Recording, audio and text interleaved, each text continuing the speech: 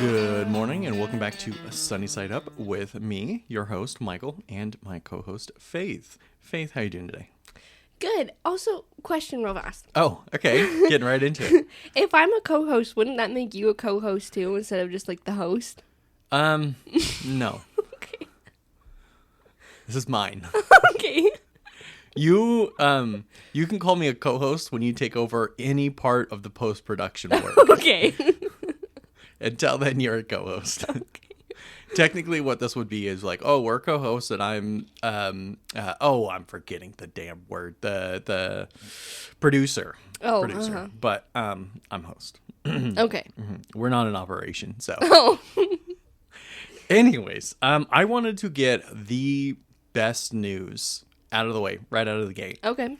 And I give you a little hint about this, but Tuubii is the new home for Cartoon Network, which is very, very exciting. They're getting 100 Cartoon Network shows. Holy crap, 100? 100 of them. I'm going to read off some of them. Okay, it's on Tubi. Do you think you said Tubi, right? Yeah, it's free. Think it's, okay, they have no plans of they have no plans of paid tiers. Okay, because I was like, do you think it's going to be like Hulu where you have to like pay for the add-on to have it? No. This is just ad-based. Nice. Yeah, okay, well, tell me your most favorite exciting ones. Oh God. So I'm just gonna scan over this list and just read the ones that I'm most excited about. Okay. They're probably gonna be different than the ones that I would be excited about. I don't know. So. Animaniacs. First of all, have you ever seen Animaniacs? I don't think so. Oh my God. Well, show me, is there a picture? It's the one where there's like the sound from them singing like all of the country names. Yeah, all of the country names around the world. Yeah. Yeah, that was a very popular song or sound like 2 years ago on TikTok. Yeah. And then we got the Powderpuff Girls. Oh, heck yeah. Hell yeah. Teen Titans. Like the original Teen Titans. So not the one that's not like... Teen Titans Go. Oh, okay. At least I don't think so. You've got two Ben 10. Oh, Ben 10, Two of the Ben 10 shows. I had such a crush on Ben 10 when I was little. Oh my God. That's interesting. It's the 2005 and something. The other one's further down the list. Let me look because I had a huge... Are you looking for the specific iteration of Ben 10 you had a crush on? I think it was the 2005. Oh, really? Let me look. Because I wouldn't think you'd be familiar with that one. Oh, no, it was that one. Okay. You've got the 1974's Addams Family, Adventures of Batman. I love the Addams Family. Oh, really? Yes. I don't know if I knew that about you. Especially the live action one where, I don't know. But you haven't watched the Wednesday show. I haven't. I don't know, but I like the like black and white live action one. I do like that one. I also think part of the reason just because I really like the theme song. But. Looney Tunes and Baby Looney Tunes, Batman Brave and Bold, Be Cool Scooby-Doo. Oh, Scooby-Doo. The Beetlejuice Show. Beetlejuice Show? Yeah, Codename Kids Next Door, Encourage the Cowardly Dog. Hell yeah. Ooh. Cow and Chicken, Ed, and Eddie, the animated series of Dukes and Hazzard. For those of you who would be excited, I'm not excited at this one. I just cannot watch it. It's Dumb and Dumber. Oh, yeah, I don't like that one. Yeah, but Ed, and Eddie has that same vibe, but I fuck with it. Oh. Have you ever seen Ed and Eddie? I don't think so. What? Oh, man. Okay. Foster's Home for Imaginary Friends. Ooh, I made you watch some of the episodes. Yeah. Okay, did you know that one? I think I knew it before you showed me, but then after you showed me, I liked it a little bit more, so I am excited about that one. Johnny Quest, Justice League. Johnny Quest, holy crap. The new Looney Tunes show, aka Wabbit. The new Scooby-Doo Mysteries. Is that like the series one where it actually like has a plot? All of these are the series. I don't know what you mean by that particular statement, though. There's a Scooby-Doo that is like an actual like plot, like it follows an actual plot that you have to watch episode to get like the whole story. I can't remember what that one's called. And a pup named Scooby-Doo. That was like kind of like the more youthful version. Scooby and Scrappy-Doo, and Scooby-Doo Mystery Incorporated. Shaggy and Scooby-Doo Get a Clue. I can't remember what it's called, but okay. Whatever. We've got Tasmania, the 13 Ghosts of Scooby-Doo. There's a lot of Scooby-Doo. Yeah. Does that mean that they'll eventually put the movie? I don't know. I think they have a few movies already of Scooby-Doo. I'm pretty sure. They might, yeah. I have almost all of my favorite ones on DVD. Oh, the new Scooby-Doo movies. Almost. We're getting close to the end. Oh, the Yogi Bear show. Hell yeah. Bear. Tom and Jerry comedy show. The kids, the Tom and Jerry show. Oh my gosh. The Tom and Jerry tales. Tom and Jerry. I loved Tom and Jerry. And here's one. I will be very impressed if you've seen this one. Xiaolin Showdown. Show me a picture. Okay. My phone's currently got the list pulled up. Okay. What is it? So, you're not going to be able to spell this. Xiaolin Showdown. Oh, go ahead. Tell me how you think you spell Xiaolin. I don't want to tell you because you're going to make fun of me. Huh. I'm going to just try. Okay, well, we got, to finish this list off, we got a bunch of Yogi stuff. Yo Yogi, Yogi's Galaxy Goof Ups, Yogi's Gang, Space Race, Treasure Hunt. Okay, yeah. I spelled it wrong because it didn't pull it up. What was the first letter you had for Xiaolin? I put a J. Nope, that would be an X. What the? Okay, spell it. It's Xiaolin.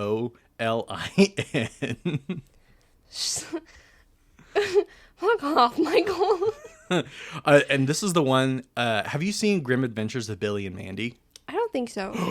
Well, actually, no, that sounds really familiar. Grim Adventures of Bill and Mandy. Yeah. So, anyways, there's 100 of these shows. I probably listed off quite a lot there. Oh no, I've seen that one. I have. Yeah. So, I'll link the full list of shows. I was really upset about this. I almost made this go back into the recording last weekend because this was announced like 2 hours after we finished recording last week. Oh my god! So this is really old news, and I'm really bummed about it. But that's how it be sometimes. So yeah. I'm very excited that there is a new home for Cartoon Network, and that it's this amazing list of shows. Yeah. I don't know what's gonna happen. I don't know if this is a short term deal. Yeah. Or what could be happening in the future, given acquisitions. Mm-hmm. But I'm very excited about this. I feel very good about Tuubii being the custodians of these shows going forward. Tuubii is a very reliable streaming service. They don't price gouge. They just, go off of ads. Mm-hmm. And they've got a lot of other really great movies on there. Tuubii's quickly becoming one of my favorite streaming services. Yeah, Tuubii's got a lot of good stuff.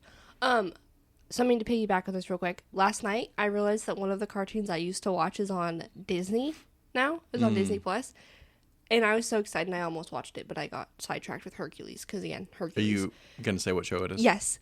Did you ever watch Fish Hooks?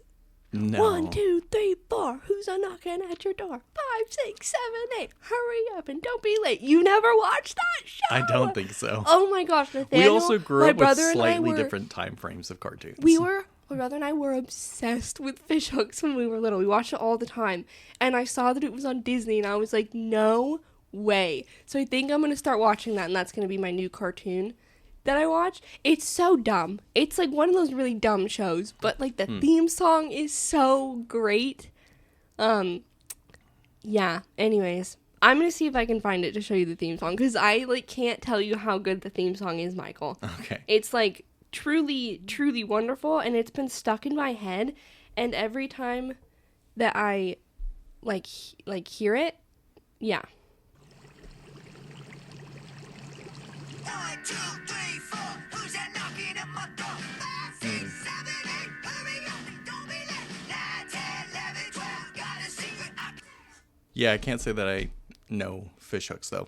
That's a bummer. That's a really big bummer. The audio did not come in so well on the microphone. Faith, though, now we got the most exciting news out of the way. You did have something you wanted to bring up, so I'm going to give you the top of the show. Second top of the show.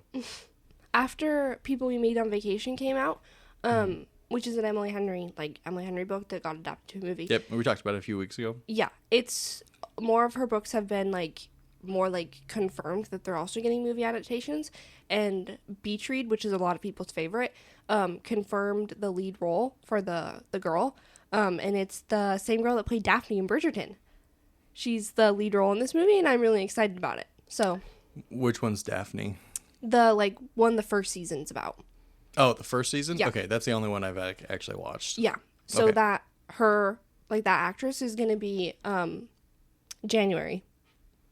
And I'm really excited about it. Because I think it's going to be really good. And she's like, looks exactly like the vibe that I like had in mind for her. So like not an artist. She's an author that writes like a lot of romance books. Okay. And I just so like her familiar looks, with this vibe. Yeah, just like her looks are like what I like pictured in my head when I was like reading the book. So it's always really nice when a character looks like what you think. But for every one person that says this is how I looked in my head, there's 1,000 more that said no, that's wrong. Yeah, for someone like from what I can like see, people are like pretty excited about this like casting. But people are really nervous to see who they're gonna cast as Gus. Because Gus also has a very specific vibe. And if they don't get it right, it, like, could potentially kind of, like, not make the movie so great, you know? So, because he's also an author. And he is, like, he writes more of, like, oh, what is the genre? More of, like, a, not historical fiction, but he takes, like, real life, like, things that have happened and, like, uses that as inspiration for his book. So like I think that's historical fiction. Okay, because in the like book he's investigating this like cult that used to be in this town, and he wants to like take the information that he gets from like the research and the interviews that he does and like make a book with that. So like that's his genre. And they like go and they're like, well, I think what you write is easy, and they switch genres and try to write each other's genres. That's like I think I remember you telling me about this story actually. Yeah. And let me guess, they fall in love. Obviously. Is it hate sex or love sex? Which one happens? Love sex. Love sex? Okay. That kind of story. Got it. Well, I'm glad you're very excited about this. Mm-hmm. It seems like a little bit of a tough movie for me to get through, but I will try. Yeah, you don't have to read the book to this one if you don't want to. Oh, thank you. Thank you. After people we meet on vacation, I realize that that's just really not your vibe, and I'm like really bummed about it, but I accept it. So, thank you for trying.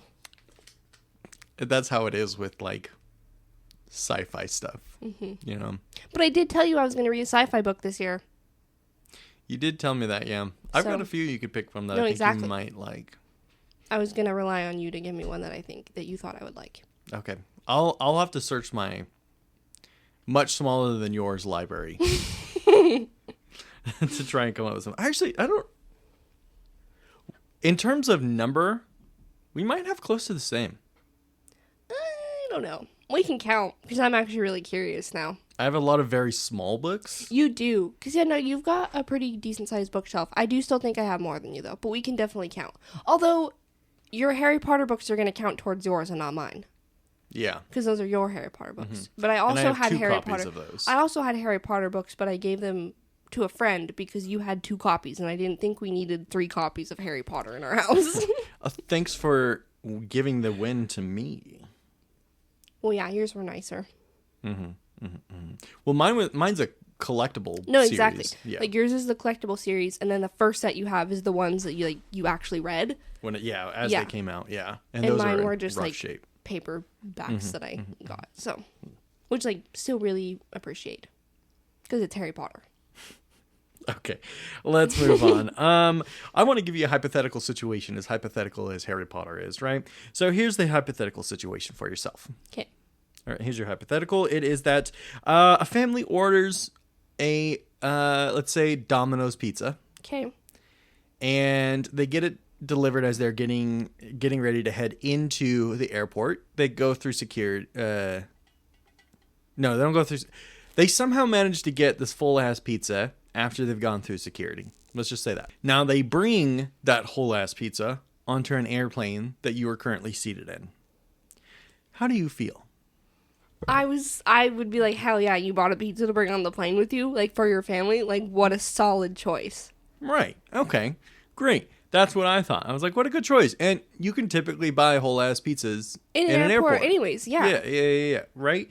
Well, it turns out the internet would disagree with us. Why? That's so dumb. Just because you're mad you don't have a pizza doesn't mean you should be mad at other people. They planned better. The comments on this particular TikTok were unanimous in being pissed off and thinking that they were inconsiderate of everyone else. I'm like, how is that inconsiderate? That's like the same as you bringing your food onto the plane.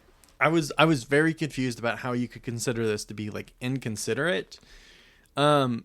pizza's, got a good smell, but not like it's not durian, it's not going to ruin the whole flight. So I don't know. No, it's not like they're eating a tuna sandwich or like a hard-boiled egg, which Yeah. I've seen people on planes do before. That's weird.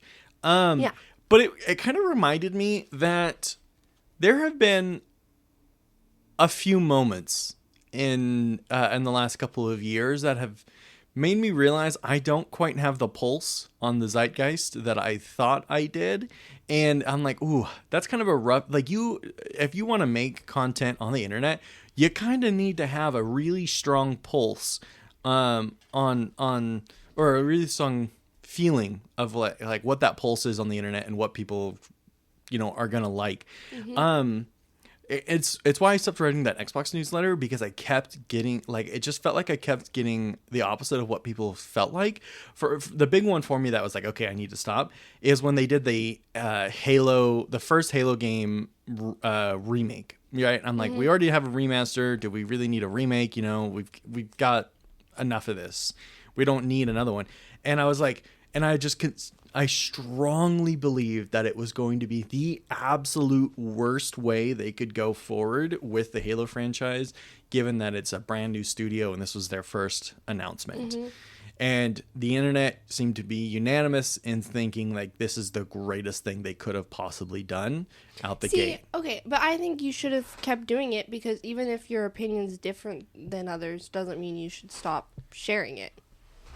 Yeah, I don't know. I went back and forth. But anyways, that's just like one part. There's been, I didn't write this down because I was like debating whether or not I actually wanted to bring up this point, because I was like, do I want to admit that I don't know what the fuck the world actually considers, when I'm trying to entertain, mm-hmm. right? Like not with this podcast, but with other projects I have going on. But ultimately, I guess I brought it up, but I had a list of kind of other moments where I've gone like, oh yeah, the internet's going to react this way. Mm-hmm. But then I've been totally wrong. Which leads me to another thing I wanted to bring up today, in that I'm thinking about gambling away my student loan debt, and I want to get your opinion on this. I'm sorry, can you explain? Yeah, well, yeah, I'm so glad that you're interested enough in this for me to explain. Yeah, I would like to take $10 and use it to pay off my entire student loan debt through gambling. And I thought it would be really fun to try and do this. And you look highly skeptical. Would you like to share your thoughts before I continue? Is this going to lead to a divorce? No. Have you ever heard of prediction markets? No. Okay, so there's a couple of them. I think the main one, the one that's probably the lowest barrier to entry, is Kalshi, and that's the one I intend on doing. They're essentially just betting markets that are legal in the United States, in every state. So even though Idaho is outlawed gambling, like you can't go and we can't have casinos and we can't bet on sports or whatever. Prediction markets are categorized in a different format so that you are allowed to gamble legally. Even though several states have sued over these markets, they've all lost because the way that they're categorized as like a futures commodity rather than like pure sports betting, pure betting, pure gambling. So they're legal. And the way this works is that you'll take oh God, that one's a little dark. I'm trying to pick one that's not, all right, fuck it. Here's one. Prince Andrew sentenced to prison. Yes or no? And you pay money to bet on yes or no, and there's like percentage chances, and you get payout. And the earlier you invest in the prediction market, the more interest you'll earn for keeping that stake and saying yes and not swapping your position. It looks like you're thinking real hard.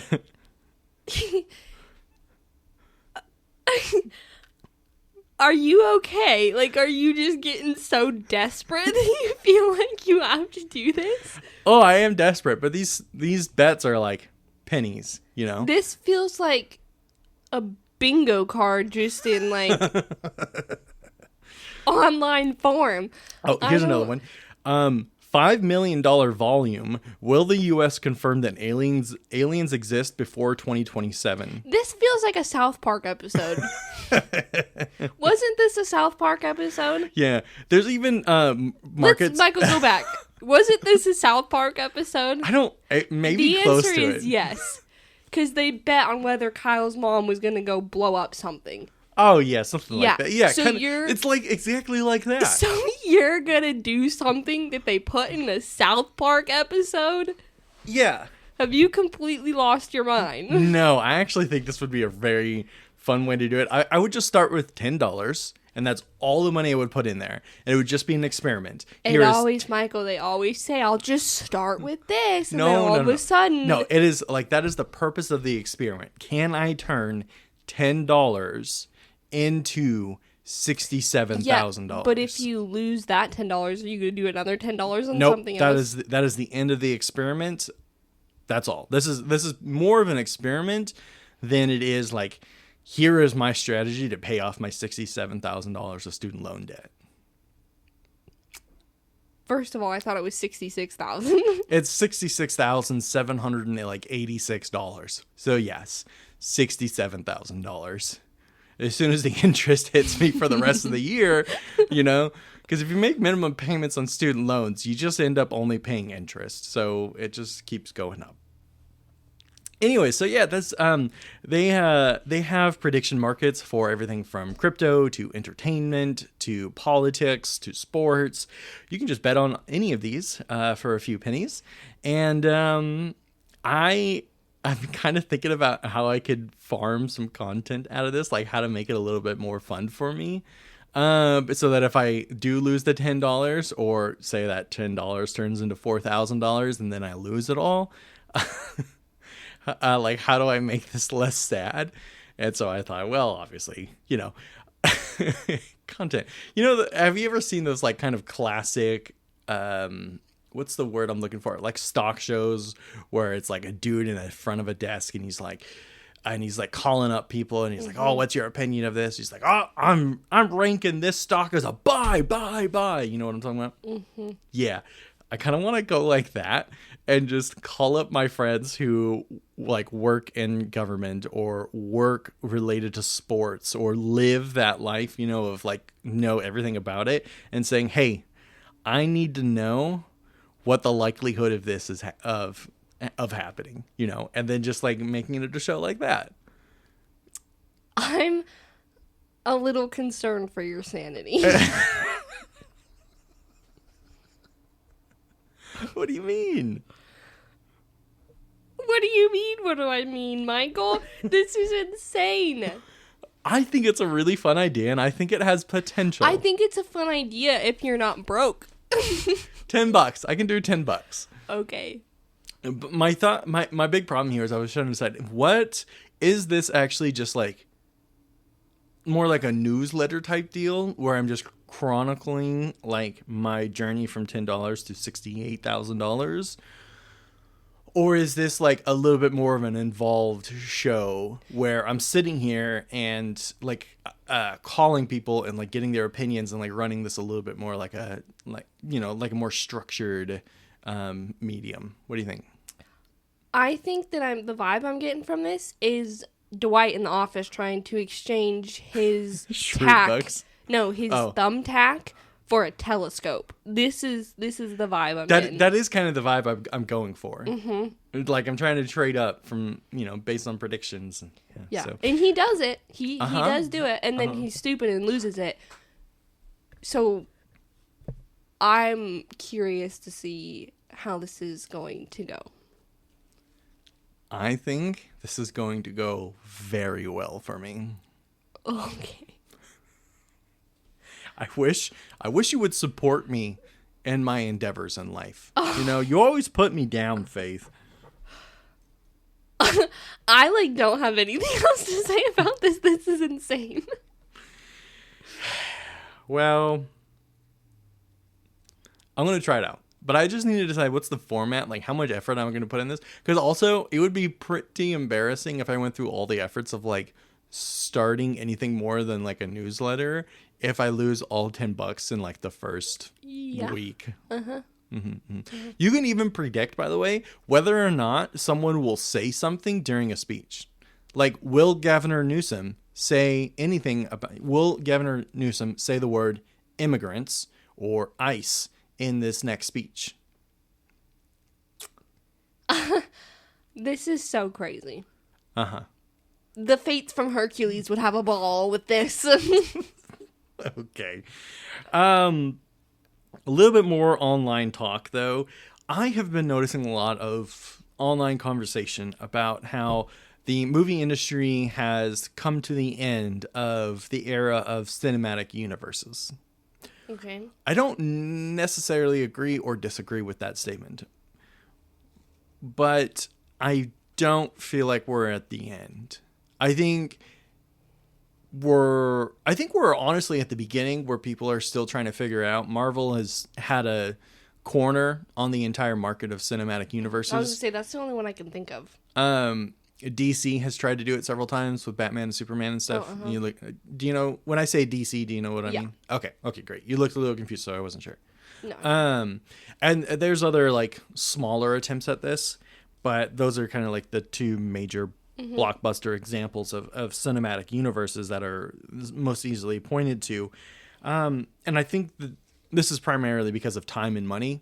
If you have the same actors reoccurring in the cinematic universe over and over and over again, you get a Robert Downey Jr. situation, and it's just completely unfeasible to continue having this character that you have built kind of the whole cinematic universe on.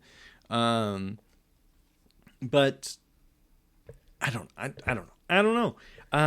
Do you prefer cinematic universes, series, or one-off movies? Which one would you just prefer? Not necessarily as the standard, because not everything can be a cinematic universe. Not everything can be a series. But what do you find the most enjoyment out of? Oh my gosh, I don't know. I think the movies that are series, but you can watch them as standalones. Like, kind of like Indiana Jones. Like, those are a series, but you can, like, watch them as standalones. So then you don't have to, like, commit. Because the only thing with, like, Marvel Universe, I haven't seen very many movies in the Marvel Universe, because there's too many, and I just don't care. Like, at some point, I just get to the point where I'm like, hey, I just don't care anymore. And I do the same with, like, books, too. Like, if a series is too long, I get to the point where I'm like, hey, I just don't care about these characters anymore. Like, this is too long. And I do that with, like, TV shows that are too long, too. So I feel like, for me, I like something that, like, is a series if I wanted to be committed to a series, but I could also watch as, like, a one-off if I wanted to. That's my answer. I feel like that specific style is very hard. Yeah.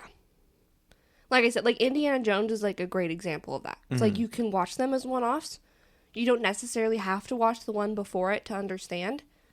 I would say that's true all the way up until the last movie. Yeah. But yeah, I think is, like, the only example I can actually give of that. I can't think of another one. Well, I think that for me, I personally prefer cinematic universes because I am a bit of a slut for world building. Yeah, that makes sense. And the opportunity of a cinematic universe gives the option of exploring so much more of what exists. Yeah, would Harry Potter be considered a cinematic universe? At what point is it a cinematic universe and not just a franchise that has two movie series? I think they have to tie in I was going to more. say, I think Harry Potter would just be a series because it's not taking, like I think if there was movies on, like, the Marauders and, like, the first four and, like, that, then it would become, like, a universe because it's, like, different times, different stories that all, like, are in the same universe. But I think right now it's just considered a series. So would you say cinematic universe, by definition, does not require that they interconnect? But if those, like, if they did the Marauders and, like... Right, so you're, like, saying they don't have to... They wouldn't connect. Yes, they would, because, like, the third movie brings up a lot about, like, them. Well... Okay, and so not that kind of connection. What I mean is, like, in Marvel, where each movie is building up on top of each other, and the characters will show up in each other's movies like that. Oh, I get it now. Just because you have a second series that says, oh, we took this idea from the first plot. I don't know then. Because, like, if you did that, they would, like, the characters would still show up. It's just, like, the older version of them. See, to me, what you're saying is, like, this middle ground in between a series and a cinematic universe, whereas you would just call it a franchise. Okay, you know? yeah. No, I agree with that. Okay. So there's series, franchise, and a universe. I think I would agree with that. Okay, yeah. Mm-hmm. Like you could also, I would say, I wouldn't even necessarily call it like a linear progression either, because I think you could have, like, if a franchise had 15 standalone movies, it would be a franchise, even though they were all one-offs, and it's not a cinematic universe because they don't interconnect. So, like, Sarah J. Maas and all of her books would be a universe, because I have no idea. Because, like, the characters from her first series, ACOTAR, show up in her second series, Throne of Glass. And you have to, like, read them in an order, otherwise you'll spoil things for yourself. I think that's just a series.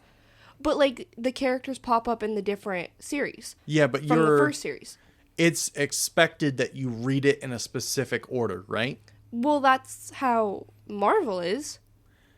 To an extent. Because, like, this one, you don't have to read it in a certain order, but, like, things might get spoiled. Let me ask you this. Which, like, is with Marvel. If you open up that book cover, and it says, other books written by this author, does it say, Book 1 of ACOTAR, Book 2, ACOTAR, title, Book 3, ACOTAR, title? I don't know. If it does that, I'm going to say that it would just be like a series. Because if it specifically says book 1, book 2, book 3. I think that Sarah J. Maas is a universe. Because the characters will show up. Like, if they were movies, if they were put into movies, the characters would show up in, like, the different movies. Like, their characters would come back and, like, show up in another movie. Like you were just talking about. So I feel like that would be a universe. And everything, like, connects because it's in the same universe, just in, like, kind of different parts. But, like, characters overlap. To be fair, I've only read the first series of, like, I've only read ACOTAR, and I have not read Throne of Glass or Crescent City, so I can't actually, like, give too much knowledge on this, because I haven't read the other two, and I DNF'd the last book of the ACOTAR series, so, I don't know, I could just be talking out of my ass right now. Yeah, I feel like you are not the source of authority on this conversation right now. That's just what I've heard. Okay, Just to be clear, yeah, I have not read Throne of Glass or Crescent City, which come after ACOTAR. Okay, great. I love that we had this whole conversation. I love that we had this whole conversation, and then you said, but I actually don't know any of that, you know? So, well, okay. Well, in a similar vein, we're just going to move on from that. I'm sure someone is pulling their hair out listening to that. Probably, because there are some diehard... You're idiots. This is what it is. Yeah, there are some diehard fans of Sarah J. Maas, so... Well, I'm also assuming there's probably, like, clearly defined guidelines about this. Probably. And entertainment office somewhere. Kind of similar in that in gaming there is some changes happening about how people's, like, attachment to these, like, long running series, where people, like, dropped off with Marvel because it's like, okay guys, now I've got 50 some films, 13 TV shows, and whatever to go watch and read or whatever to add to be caught up, you know, because of, like, production times taking so long. There are these, like, really long running hard, like, series that people have played multiple game iterations of it in their childhood. I'm talking like Final Fantasy and Dragon Quest. These are games that have come out every couple of years, and kids, like, grew up playing each new iteration back to back a little bit. But because production times are as long as their childhood, they are not hooking on to Final Fantasy and Dragon Quest like people my age did or older, just because it's taking so long to produce it and it's getting so expensive. And so that attachment to these large universes are getting less and less feasible because Hollywood and the gaming industry are just, whether victims or perpetrators of the rising cost of existing in today's world. It's just leading to these bigger problems where, we might actually see the end of these series because you can only have so many dads buying so many games. Yeah. That doesn't really support the industry. Yeah. You got to have a youthful, passionate audience. And if your production time is 15 years in between a game, then I'm looking at you, Elder Scrolls. It's been a little while since we had a game after Skyrim, so just and mobile games don't count. Anyways, it's just kind of killing off this like hardcore passion audience, and I think because of that, I think what's the best word? It's like not a side effect, but I guess just like an effect of this is that people are becoming less passionate about large interconnected universes, because it's like, okay, it was 5 years ago since the last book come out. I'm so disconnected from this universe. Do I really want to go back and read all of this source material to be ready for the new thing? That's how I think Sarah J. Maas, the one you're talking about, is going, because her ACOTAR series is not finished. I think she's finished with Throne of Glass. I can't remember. But then Crescent City also isn't finished.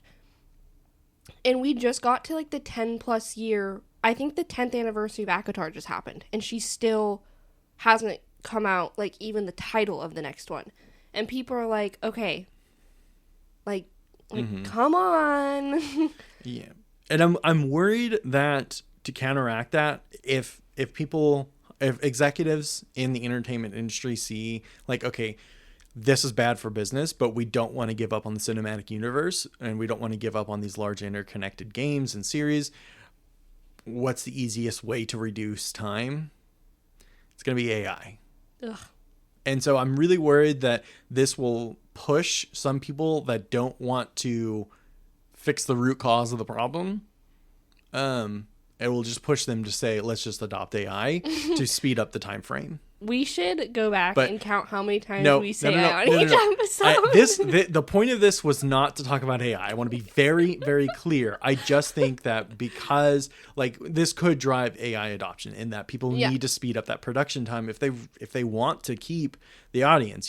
Like I think that's the route that people are just going to see instead of like thinking about what really looking at it and saying, okay, why is this really taking so long? As each year goes by, it's an extra year added, to post-production time and post-development time. And so,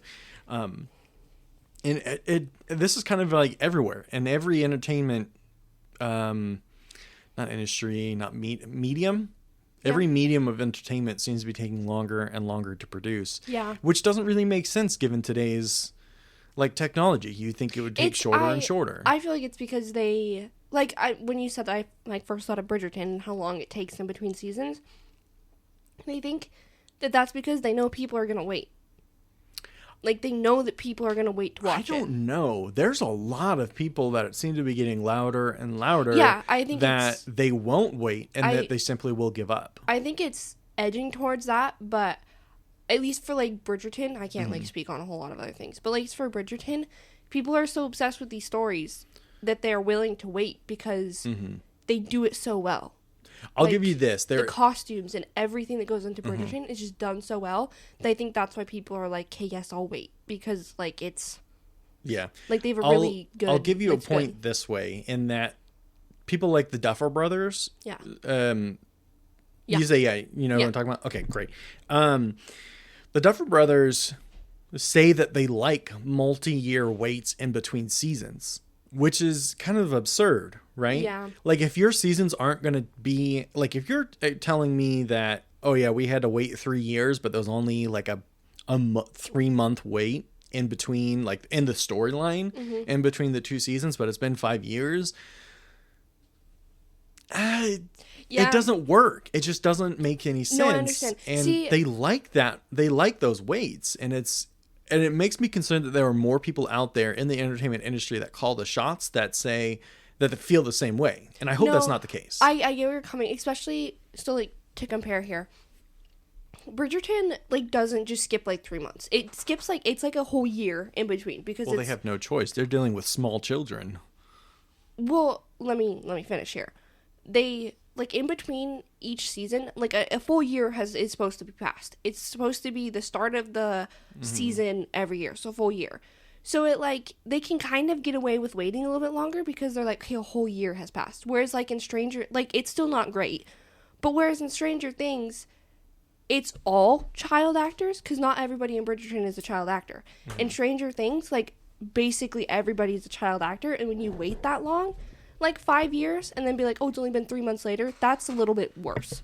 It's like, well, you shouldn't have waited that long if you wanted it to be 3 years and you're dealing with child actors. Like, not everybody in Bridgerton is child actors, and they're, like, the gap between each seasons isn't supposed to be, like, it's not like, oh, 3 months has passed. It's like, no, a full year has passed. Like, they're obviously going to look older. And so I feel like they can get away with it a tiny bit more than, like, I want to disagree with you, but we also do need to get out of here a little bit. I'm not saying that, like, Bridgerton's doing it right and, like, that's the way. I'm just saying, like, they're just a little bit different, and, like, Bridgerton gets away with it, like, can get away with it a little bit more than, like, Stranger Things did.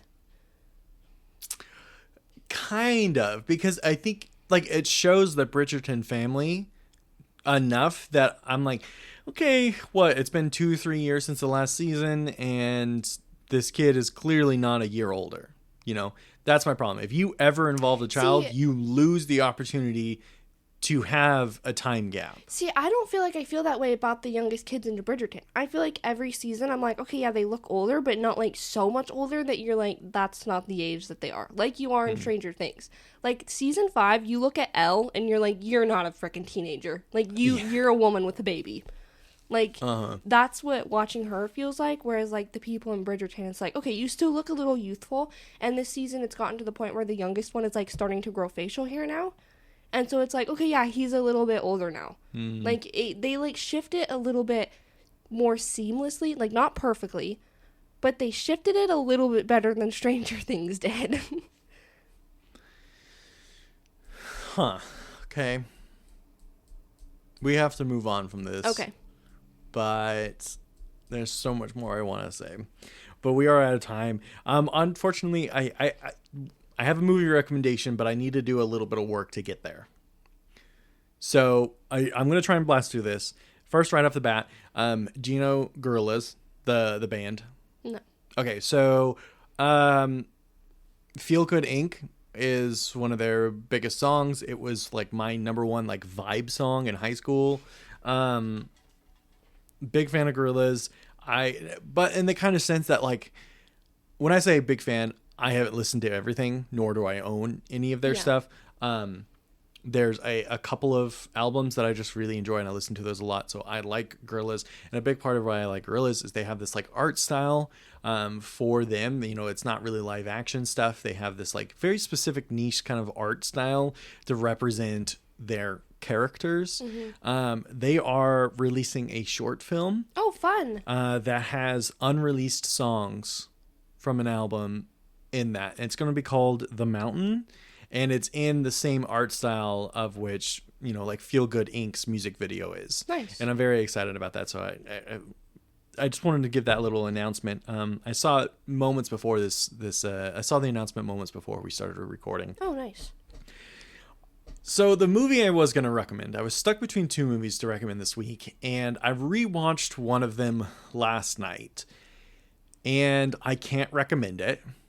And I'm glad I rewatched it before I finalized the decision to recommend this movie, and I went with my alternative. So Hold on, can we go back? You watched that movie again last night? No, not this. Not my recommendation. No, I know. You watched your other one again last night. Do you think you know what movie I'm going to recommend? Yeah. No way you know what movie I'm about to recommend. What do you think it is? The one that's sitting on your screen behind you. No, I just said that is my recommendation. Yeah, and I know the one that you watched last night that you decided not to. No. The one I watched last night is the one that is not my recommendation. I know, and I know which one you're talking about because you told me at the beginning which two you were deciding between, and I can't believe you watched that movie again last night. Well, why wouldn't I? Because it's a weird-ass movie. Okay. Well, the movie I was going to recommend, I was originally considering recommending, was Space Truckers. Or Space Trucker. Then no, that's not what you told me in the beginning. What do you think I told you? You were going back and forth between the one you're going to recommend and Tropic Thunder. Oh, no. That was my very original one I was going to recommend this week because I realized it wasn't on my actual recommendation list. And then I came up with two new movies that I wanted to recommend. I was deciding between them. I was like, no way he watched Tropic Thunder again last night. I knew you were wrong. I knew you didn't know what you were talking about. Get out of here. Do you want me to wrap this up or not? Okay, great. Space Trucker is a 19 like 60s-esque movie. It is not filmed in the 1960s. I can't remember what year it was filmed. It looks like it was a late 80s or maybe early 90s sci-fi movie that follows a a space trucker. Oh, really? He basically drives a semi-truck in space, and it looks like a semi-truck and visually very different from all the other space truckers. So I think they did it just to make him stand out. Like all the other trucks are like gray, and his has like red and yellow, and it's like very brightly colored. So anyways, he takes a illicit load. It's like, hey, we're going to pay you this money. You get to go to Earth, and don't touch the containers. Don't look at them. You know, you're not allowed to know what's in here. And he's like, well, I need to get to Earth because I told this woman agreed that if I got her to Earth, she would marry me. And she's already told me no to marrying me like a dozen times. So yeah, sure, I'll take this job. And he needs to get off the space station because he's wanted by the law because too much information. Moving on.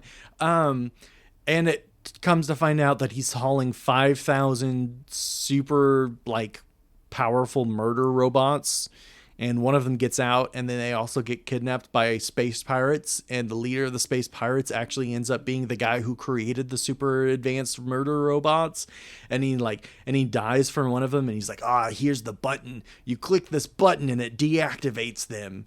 And then he dies, and it's like, wow, that's kind of anticlimactic. And so then they still go to Earth, and they're like, okay, we're gonna plummet this package into the atmosphere so it burns up and destroys these murder robots before the company can take over Earth. I'm so glad I went to bed. You know, it feels like there's a space diner scene, and it feels like you're walking into like a 1960s diner. It's a very weird choice. It's odd. This is not uncommon in niche sci-fi movies where they go 1960s but space. It's not saying specifically 1960s, but it's not uncommon to pick a specific decade and say, oh yeah, we'll just put this in space and call it good. So I will say I really appreciate how this movie did not use like space jargon for the sake of space jargon. I think a lot of weird sci-fi movies do that just to like, oh, this is sci-fi. Yeah. Gleep glurp is over there. Oh, It's not necessary. Yeah. And it feels out of place. So anyways, that was going to be my recommendation. It is not my recommendation. I'm glad we heard all about it then. I needed to explain this weird ass movie. And it's just something that can only be appreciated by watching it on Tuubii. Okay. Mm-hmm. So my real recommendation is the cult film of cult films. This one stands above them all. It's Stargate. I have talked about my love for Stargate extensively in the history of this podcast. I can't believe you haven't recommended it before. It's not been on this official like movie club recommendation that I've been doing the last couple dozen episodes. But the reason I wanted to recommend this movie is just because there's been so much talk about The Mummy recently. Yeah.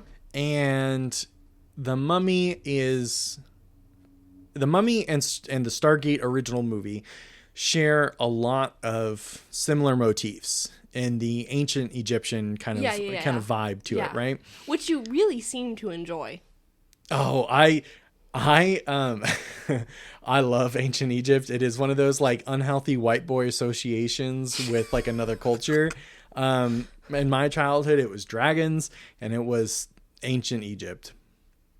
Interesting. I would not have thought. For some reason, I would have put you down as like an Asian culture, like kind of guy you're super into. No, see, my childhood was Egypt. Interesting. In like which dragons. like makes sense because of these like two movies that you really really love. That like ancient Egypt would make sense, but for some reason in my head I had you as more of like an ancient like Asian guy. You know what I mean? Making them a bit monolithic, aren't you there, Faith? What? making the Asia a bit of a monolith, aren't you? I don't know what that word means. It means that you're just lumping all Asian cultures together in one singular thing and saying ancient Asia. I meant specifically like Japan and Korean. Like yeah.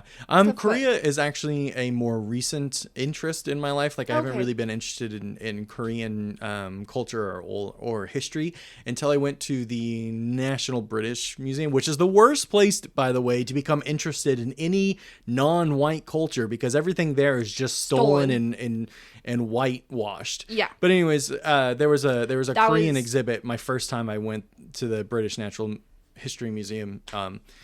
So that was a few years ago. But we were getting so far off track. We were supposed to be off of this. I have to say something real quick. The British Museum thing is where I got interested in like history too because of the like statue that they stole and separated it from the sisters in like Greece or whatever the heck that is. If they like stole it and there's like a spot left where the other ones are for her to come back if like Europe ever wants to admit that they stole it and give it back. That I went down a rabbit hole with that too. This is a pro slander against British museum podcast. Anyways, and anyways, I just wanted to speak about this real quick. I didn't really get into anime until I was a little bit older. Oh, okay, I was like I watched it when I was a kid because I needed something to do when I snuck out of my bedroom at midnight. Yeah. And that's when that was the only time you could watch anime legally, was to be sneaking out of your bedroom while your parents were asleep at midnight. And then praying to God that when you turned the TV on, it wasn't at max volume. Yeah. Because then your parents were awake and you needed to shut it off and run back to bed. Yeah. So anyways, Stargate, absolutely love this movie because it is like the cult film of cult films. It from this movie inspired 3, soon to be 4 TV shows, several movie adaptions. You've got books, you've got video games that never survived past launch, which I'm very, very sad about. Fun fact, there's even one game where like the community once a month pays to get a server online, and then everyone just rushes to go play the game. Dang. And then it's like one night a month where this game goes live. That's insane. For people to play.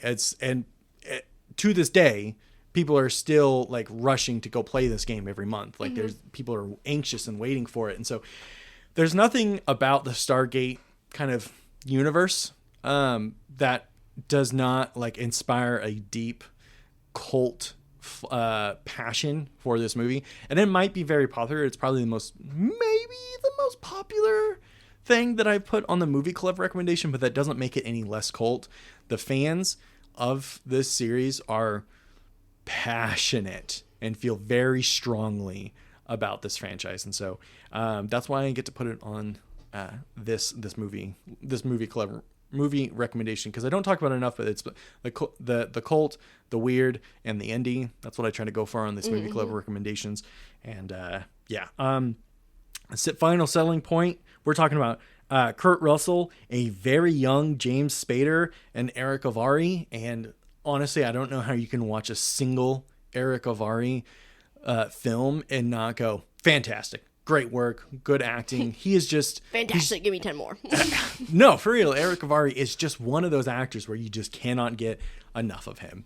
And everything he does is just an amazing performance. Nice. So, that is a very long... Oh my God, we've got to end this episode. Faith, what's your recommendation? Quick. Fish hooks. Oh, wow. Okay. Thanks for everyone for showing up for another episode of Sunny Side Up. We really need to get out of here. Have a great day.